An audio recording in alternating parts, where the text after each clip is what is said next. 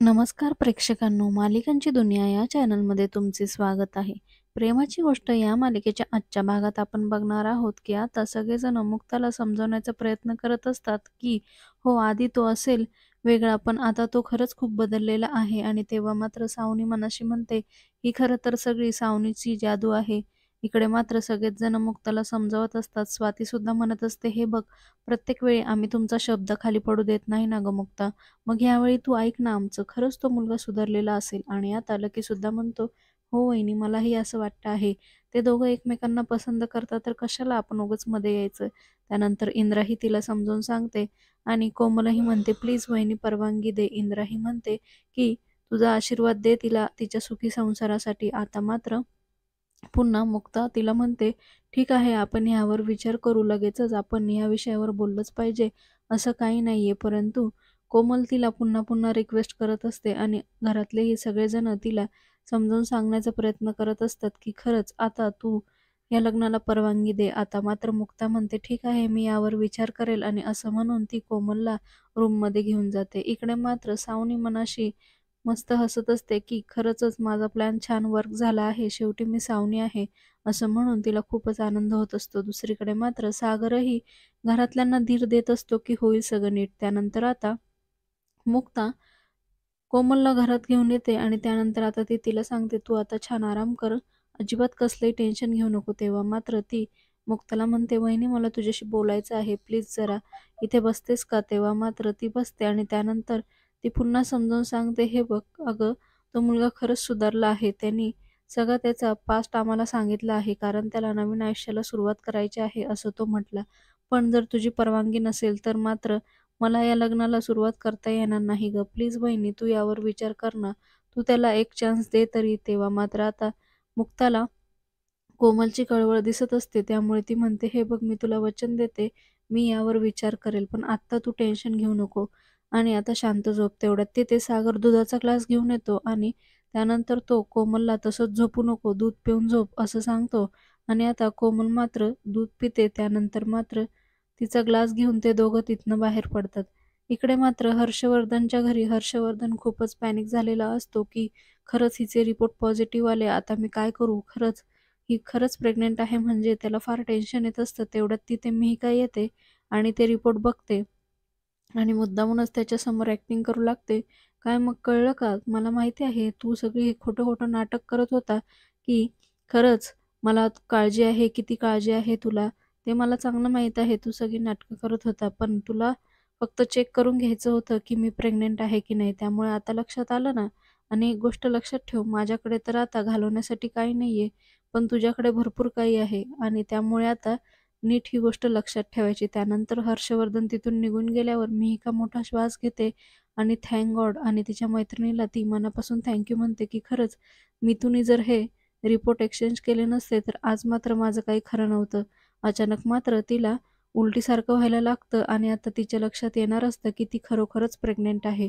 दुसरीकडे मात्र मुक्ता खिडकीमध्ये उभी असते आणि ती त्याच विचारामध्ये गुंतलेली असते की काही करून मला आता अगदी असं थांबता येणार नाही. मला माझे प्रयत्न शेवटपर्यंत चालू द्यावे लागतील. तेवढ्यात सागर मात्र तिथे पाण्याचा ग्लास घेऊन येतो आणि गार पाण्याचा ग्लास मात्र तिच्या गालाला लावतो. त्यामुळे ती अजूनच चिडते आणि काय चाललं आहे तुमचं असं म्हणून पॅनिक होते. त्यानंतर ती तिथे सोफ्यावर बसते आणि सागरही बसतो. तो म्हणतो, हे घ्या, बर्फ घालून पाणी आणलं आहे, प्या, म्हणजे छान थंड होईल तुमचं डोकं पण. आणि आता मात्र ती रागानेच त्याच्याकडे बघत असते. त्यामुळे तो म्हणतो, ओके, नका पिऊ, इथे पाणी ठेवतो आहे, नंतर प्या. पण खरंच मला असं वाटतं आहे तो सुधारला असेल हो मुलगा. तुम्ही त्याला एक चान्स तर देऊन बघा. शेवटी त्याने तुमचा मार खाल्ला आहे ना, मग तो सुधारणारच. मी नाही का तुमचा मार खाल्ला होता. आणि त्यावर मात्र आता तिला काय बोलावं हेच कळत नाही. पुढे तो म्हणू लागतो, आणि तुम्ही जे काही बोलले ते सगळं त्यांनी एक्सेप्ट केलं ना, तर तेव्हा ती अजून चिडते.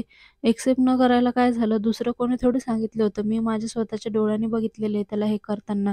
त्यामुळे तो एक्सेप्ट करणारच आहे. त्यामुळे पुन्हा आता सागर तिला समजवण्याचा प्रयत्न करतो आणि आता मुक्ता मनाशी म्हणते, सध्या तरी मला ह्यांच्याशी वाद घालून काही फायदा नाही, कारण माझ्याकडे कुठलाही ठोस पुरावा नाही. त्यानंतर ती विचारत असते आणि सागर मात्र तिला चेहऱ्यावर स्माईल करा असा इशारा करतो. इकडे आता अभिषेक आणि सावनी एकमेकांशी बोलतात आणि तेव्हा अभिषेकच्या लक्षात येतं, की मुक्ता ही तीच व्यक्ती आहे आणि सावनी म्हणते, "कळलं ना तुला? ती किती डेंजर आहे. आता तिच्यापासून जरा सावध राहा. तू तुझ्या बायकोला पाठवलं आहे ना दुसरीकडे?" तर तो म्हणतो, "नाही, आता तरी नाही पाठवलं, पण मात्र लवकरच पाठवून देईल." आणि सावनी अजूनच चिडते आणि ती म्हणते, की "लक्षात ठेव, नाहीतर ती मुक्ता तुला कधीही पकडेल." आणि तेव्हा तो म्हणतो, "हो, मला तिने जी कानाखाली मारली आहे ना, त्याचा खरंच बदला घ्यायचा आहे आणि या क्षणाची मी खूप दिवसापासून वाट बघत होतो." तेव्हा मात्र ती म्हणू लागते, "हो ना, पण तू ॲक्टिंग मात्र छान केली. पण आता आपण दोघांनी एकमेकांचे नंबर हे वेगवेगळ्या नावाने मोबाईलमध्ये सेव्ह करून ठेवूया आणि जोपर्यंत मी तुला कॉन्टॅक्ट करत नाही, तोपर्यंत मात्र तूही कॉन्टॅक्ट करू नको." इकडे मात्र मुक्ता टेन्शनमध्ये असते आणि बाहेर हॉलमध्ये येते तेव्हा ती सागरकडे बघते, तेव्हा सागर मात्र सगळं साखरपुड्याची लग्नाची तयारीला लागलेला असतो.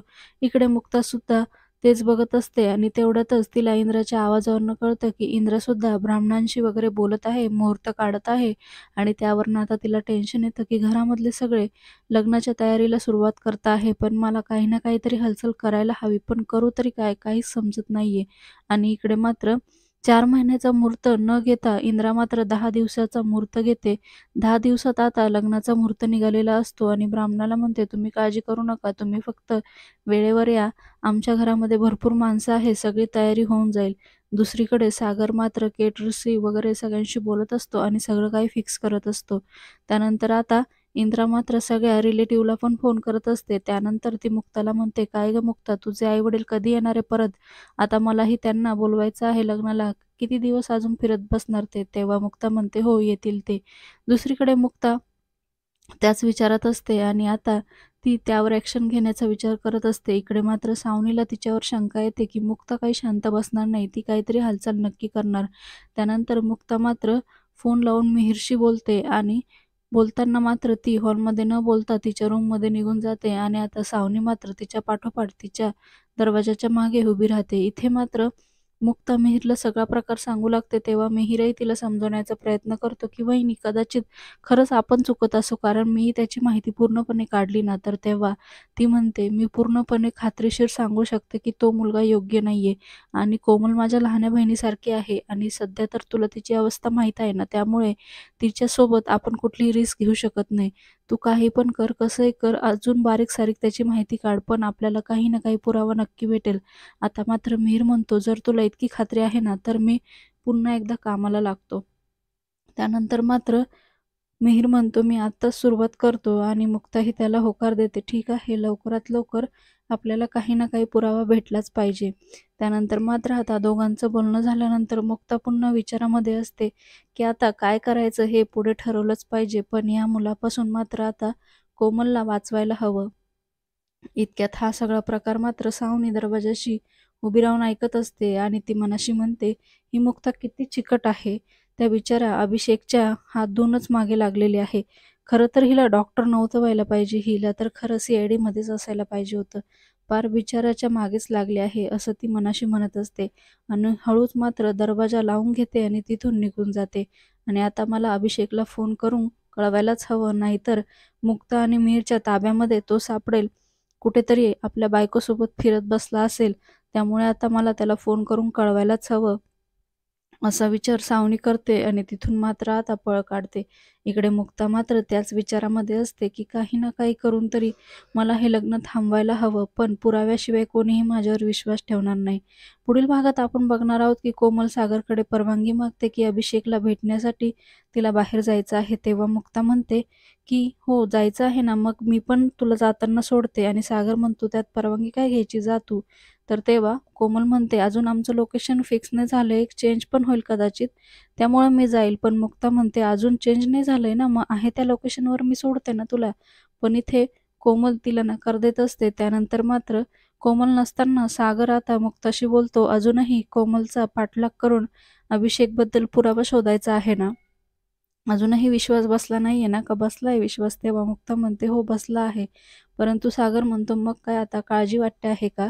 पण काळजी करू नका, सगळं काही व्यवस्थित होईल. तुम्ही अजिबात टेन्शन घेऊ नका आता. सगळं काही व्यवस्थित होणार आहे, काळजीसुद्धा सोडून द्या." मात्र मुक्ता आता लवकरात लवकर त्याच्याबद्दल पुरावा शोधून हा सागरला दाखवणार आहे आणि अभिषेक आणि कोमलचं लग्न मोडून मात्र आता ती सगळा पुरावा देणार आहे. मालिकेच्या अशाच नवनवीन भागांसाठी आपल्या चॅनलला नक्की लाईक करा, शेअर करा, सबस्क्राईब करा.